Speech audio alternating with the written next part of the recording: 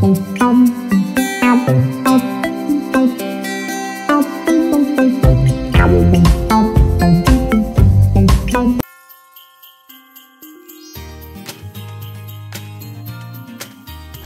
Everyone, ये video उन students के लिए बहुत ज़रूरी होने वाली है जिन्हें पढ़ी हुई चीज़ें याद नहीं रहती या पढ़ने के बाद वो भूल जाते हैं या उन्हें पढ़कर चीज़ों को याद रखने में बड़ी मुश्किल होती है।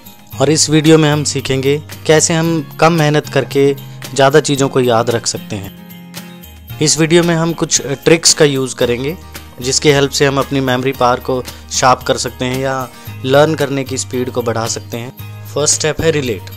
ऐसा क्यों होता है कि हम किसी मूवी को बस एक बार देखते हैं और उसकी पूरी स्टोरी हमें याद हो जाती है, या फिर हम किसी ट्रिप पे जाते हैं और उसको हम एज इट इज़ रिमेंबर कर पाते हैं। इसका मेन रीज़न है इंटरेस्ट।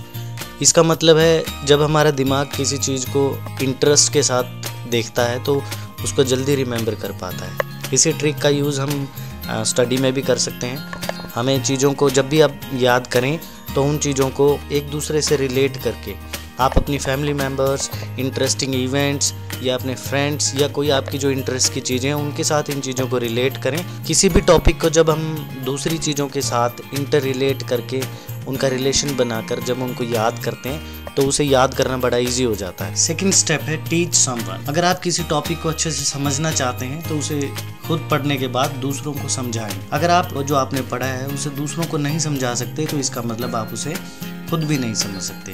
तो इसलिए ज़रूरी है कि आप जब भी किसी टॉपिक को पढ़ें और उस टॉपिक को अपने फ्रेंड्स के साथ डिस्कस ज़रूर करें। अगर पढ़ा गया टॉपिक आप किसी को नहीं समझा सकते या पढ़ा नहीं सकते तो आपको वो टॉपिक मिरर के सामने बैठकर पढ़ना चाहिए। जो बोल बोल कर उस टॉपिक को रिवाइज करना चाहिए, पढ़ना चाहिए, जिससे वो आसानी से याद हो जाएगा। थर्ड पॉइंट है रिवीजन।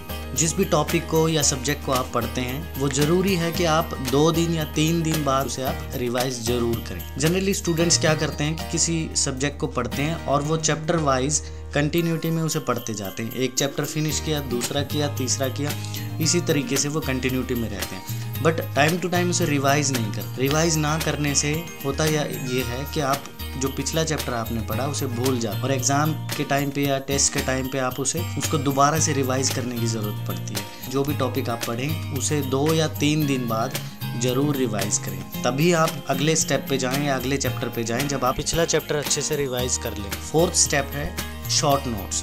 जो भी चैप्टर आप रिवाइज करते हैं हेडिंग्स के नोट्स आप बना सकते हैं। शॉर्ट नोट्स में हम क्या करते हैं कि जो चैप्टर में आपने जो रिवाइज किया, जो पढ़ा है, उसके आप हेडिंग्स को लिखें और उनमें एक शॉर्ट तरीके से उसको आप डिस्क्राइब करें।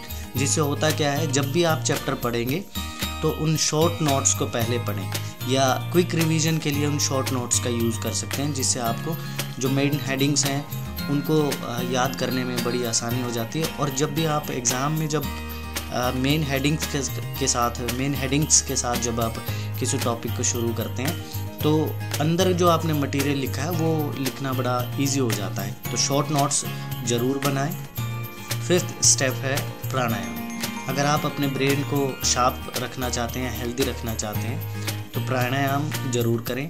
इसमें आप 2 आसन कर सकते हैं, एक तो सूर्य मुद्रा और दूसरा भ्रामरी प्राणायाम। ये दोनों आसन हमारे ब्रेन के लिए बहुत अच्छे हैं। सूर्य मुद्रा जो है हमारे ब्रेन से रिलेटेड जो शॉर्ट टर्म मेमोरी है उसको ये ओवरकम करता है और हमें लॉन्ग टर्म के लिए चीज़ों को याद करने में हमारी हेल्प करता है। वहीं भ्रामरी प्राणायाम भी हमारे ब्रेन की जो मेमोरी पावर है उसको भी बढ़ाता है।